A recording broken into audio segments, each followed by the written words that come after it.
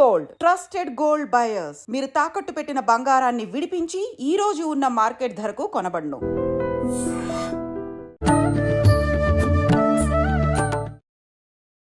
హరే కృష్ణ ప్రభుజీ. హరే కృష్ణ ప్రభుజీ, మనం చూసాము సునీతా విలియమ్స్ 8 రోజుల కోసం అని చెప్పి స్పేస్కి వెళ్ళి 9 నెలల తర్వాత భూమిపైకి రావటము మనం అందరం కూడా చూసాము. గత 2 రోజుల నుంచి కూడా అదే వార్తలు మనం ఎక్కువగా వింటున్నాము, చూస్తున్నాము. అయితే ప్రతి సోషల్ మీడియాలో కూడా అంటే ఒక్కొక్క ఛానల్లో ఒక్కొక్క రకంగా, మామూలుగా తను ఒక దగ్గరేమో భగవద్గీత పుస్తకం తనతో పాటు తీసుకెళ్ళింది ఆ గ్రంథాన్ని అని చెప్పి, ఇంకొక దగ్గరేమో వినాయకుడి విగ్రహాన్ని తీసుకెళ్ళింది అని చెప్పి మనకు అంటే కనిపిస్తున్నాయి చూసినంత వరకు. మామూలుగా అంటే తను తీసుకెళ్ళింది లేనిది మనం చూడలేదు, చూపించినంత వరకు అయితే ఇది వాస్తవమేమో అనిపిస్తుంది. మామూలుగా ఇప్పుడు వాళ్ళు వెళ్ళింది, వాళ్ళు ఉన్నది, వాళ్ళు చేసేది అంతా కూడా సైన్స్ కి సంబంధం ఉన్న విషయం. సైన్స్ అనగానే ఆధ్యాత్మికానికి సంబంధించి నమ్మరు, కొంచెం దూరంగా ఉంటారు, ఇలాంటి ఆలోచనలో మనం ఎక్కువగా ఉంటాము. కానీ ఇది తీసుకెళ్ళింది ఈమె అని తెలియగానే అదేంటి ఇంత సైన్స్ నమ్మే వాళ్ళు, దీన్ని నమ్మని వాళ్ళు ఆవిడ ఇవి తీసుకెళ్లడం ఏంటి? ఇంకొక విషయం, ఇది తీసుకెళ్లటం వల్లే తను ఇన్ని నెలల తర్వాత అయినా కూడా భూమిపైకి ఇంత సురక్షితంగా వచ్చారు అని చెప్పి ఇది ఒక గట్టి నమ్మకంగా కూడా మనందరం తీసుకుంటున్నాం. దాని గురించి మీరేం చెప్తారు ప్రభుజీ? ఇప్పుడు ముందుగా సునీతా విలియమ్స్ గారి యొక్క ధైర్యాన్ని మనం అప్రిషియేట్ చేయాలి. నిజంగానే ఒక మాతృమూర్తి అయ్యుండి ఎంత ధైర్యంగా 9 నెలలు ఆకాశంలో ఉండటం, అలానే ఇన్ని నెలల తర్వాత కిందికి తీసుకొస్తున్నారు. అసలు అది మనకి తెలిసి ఇంకొక గొప్ప వ్యక్తి కల్పనా చావ్లా. అవును, ఆవిడ వచ్చేటప్పుడు ఆ స్పేస్ షటిల్ అది ఫైర్ అయిపోతుంది అనమాట. కానీ అది ఎంత ధైర్యం కావాలండి చెప్పండి. ఇద్దరు కలిసి అక్కడికి వెళ్ళి ఇన్ని నెలల పాటు అక్కడ ఉండి అక్కడ నుంచి ఎన్నో వేల మందికి ప్రేరణ, ఎన్నో వేల మంది మేము వీడియోస్ చూసాం. స్కూళ్ళల్లో ఉండే వాళ్ళందరూ ఫోన్ అక్కడ వీడియో టెలికాన్ఫరెన్స్ ఆవిడని అడుగుతున్నారు అక్కడ జీవనం ఎలా ఉంటుంది ఏంటి అంటే, అక్కడ నుంచి ఎంత ఆనందంగా పిల్లలందరికీ ఇలా వాటర్ తాగుతాం, ఇలా తింటాం, ఇలా ఉంటాం, ఇలా చేస్తాం. అంత ధైర్యం ఉంది ఆవిడికి. అంత ధైర్యంగా వచ్చి ఆ చిరునవ్వు ఎక్కడ కూడా మిస్ అవ్వకుండా వచ్చారు వాళ్ళు. ఆ ధైర్యానికి, వారికి మనోధైర్యానికి, వారికి ఉన్న శక్తికి నిజంగా మనం చేతులెత్తి దండం పెట్టాలి. ఇంకొక విషయం చెప్తాను. ఆవిడే తన వీడియో మాట్లాడుతూ, నేను అంతరిక్షానికి వెళ్ళినప్పుడు మాతో పాటు భగవద్గీతతో పాటు ఉపనిషత్తులు కూడా మేము తీసుకెళ్ళాను. అక్కడ కొద్దిగా సమయం దొరుకుతుంది కాబట్టి దాన్ని అధ్యయనం చేసి I thought it would be nice to reflect upon అని ఆవిడ చెప్పిన వాక్యములు అనమాట. అంటే ఆవిడ యొక్క భావన చూడండి, ఇవి చదివి వాటి గురించి ఆలోచన. భగవద్గీత ఎంత ధైర్యాన్ని నింపింది అర్జునుడి లోపల. ఒక వారియర్, సునీతా విలియమ్స్ గారు కూడా ఒక వారియరే నిజంగా చెప్పాలంటే. అలాంటి అర్జునుడి లోపల ధైర్యం నింపింది. సునీతా విలియమ్స్ కి ధైర్యాన్ని ఇచ్చింది. ఏపీజే అబ్దుల్ కలాం లాంటి మహానుభావులకి ధైర్యం ఇచ్చింది. తర్వాత ఆల్బర్ట్ ఐన్స్టీన్ లాంటి వారు ప్రేరణ పొందారు. ఎవరికి ప్రపంచంలో గీతని ముట్టుకున్నా వారికి ధైర్యం ఇచ్చే శక్తి భగవద్గీతలో ఉన్నది. ఇది భగవద్గీతనంటేనే ధైర్యం ఇచ్చే ఒక పుస్తకం. ఎవరు గీతని చదివినా సరే వారికి కొండంత ధైర్యం ఉంటుంది. ఎందుకంటే అండి అక్కడ కృష్ణుడే ఉన్నాడు కదా, కృష్ణుడే ఉపదేశం చేసింది కదా. యద్రపాతో ధనుద్ధర, ఆయన ఉండంగా ఇంకా మనకి ఏం కావాలి చెప్పండి. కృష్ణుడు, అర్జునుడు, భగవంతుడు, భగవద్భక్తులు ఉన్న చోట ధైర్యం ఎందుకు ఉండదండి?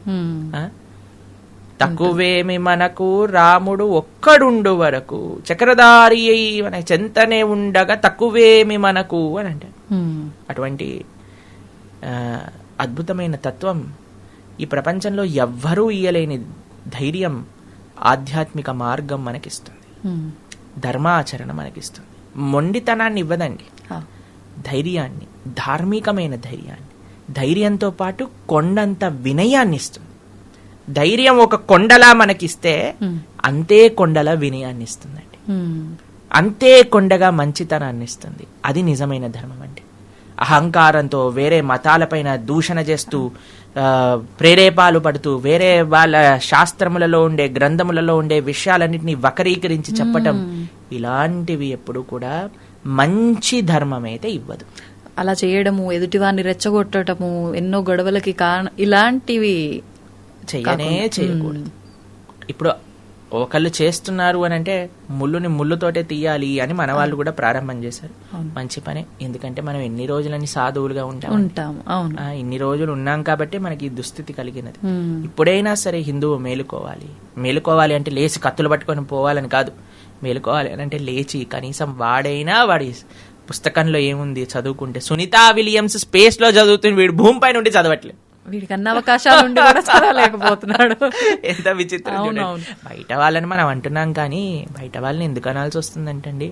వాడు నిన్ను మూర్ఖుడిగా ఎందుకు చేస్తున్నారంటే నువ్వు చదవట్లేదు కాబట్టి నీ విశేషం.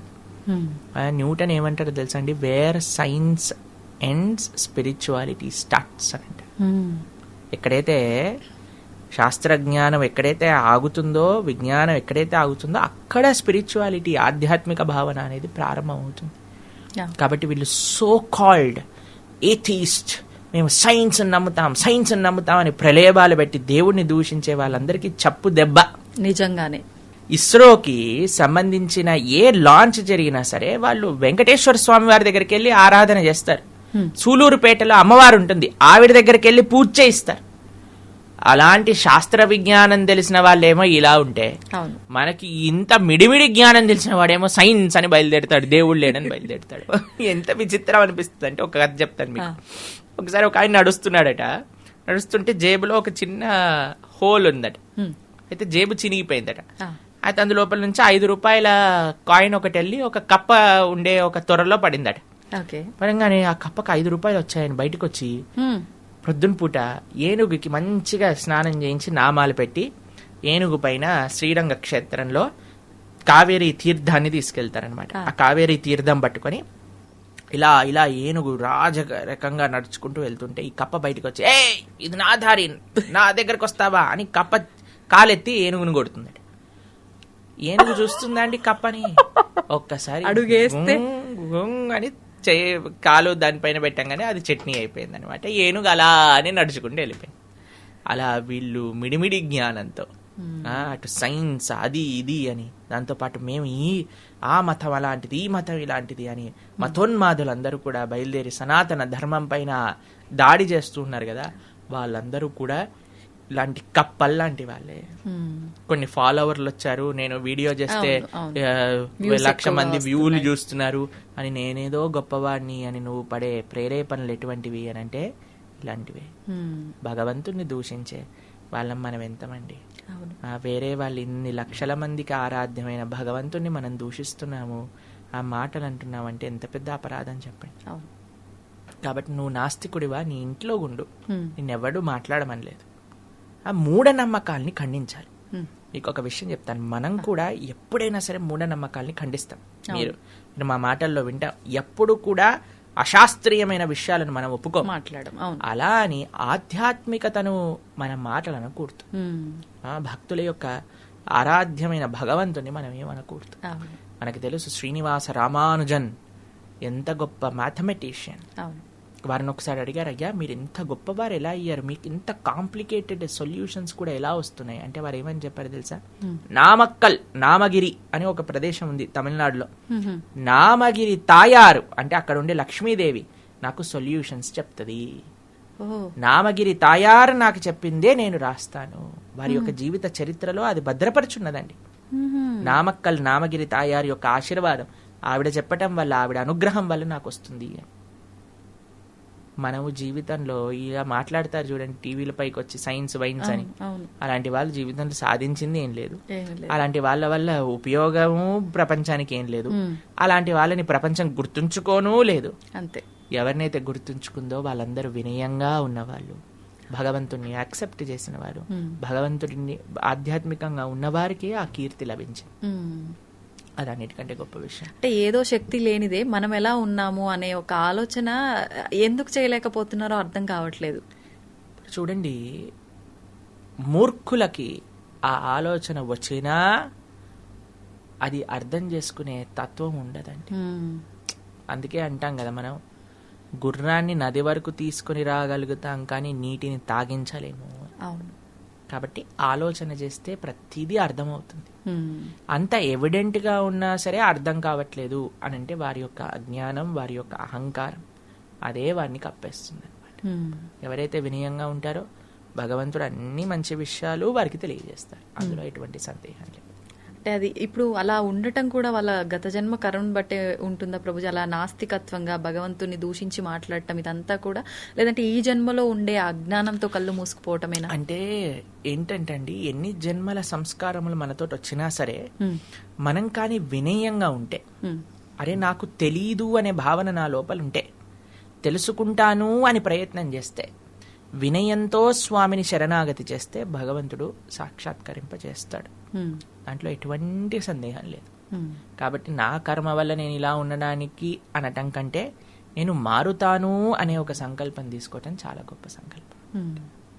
చాలా సంతోషం ప్రభుజీ. నిజంగా సునీత విలియమ్స్ గారిని ప్రతి ఒక్కరు కూడా ఆదర్శంగా తీసుకోవాలి. ప్రతి విషయంలో తను ఉన్నది ఎక్కడ, మనం ఉన్నది ఎక్కడ. మీరు చెప్పినట్టుగా ప్రతి ఒక్కరూ గీతని చదవటం కనుక మొదలు పెడితే మనకు మార్పు వస్తుంది జీవితంలో. ఇంత ముందు కూడా మనం మాట్లాడుకున్నాము. అటువంటి ఒక ప్రారంభం అనేది ఎలాగో మనకు నూతన సంవత్సరం రాబోతుంది కాబట్టి మీరు ఇందాక ఆ టాపిక్ లో కూడా చెప్పారు. ఆ రోజు నుంచి ఇలాంటి గ్రంథాలని చదవటం మొదలు పెడితే ఇలాంటి అజ్ఞానంతో ఉన్న వాళ్ళకి ఒక మంచి మార్పు మొదలవుతుంది అని ఆశిద్దాం. తప్పకుండా. హరే కృష్ణ హరే ప్రభుజీ. కృష్ణ.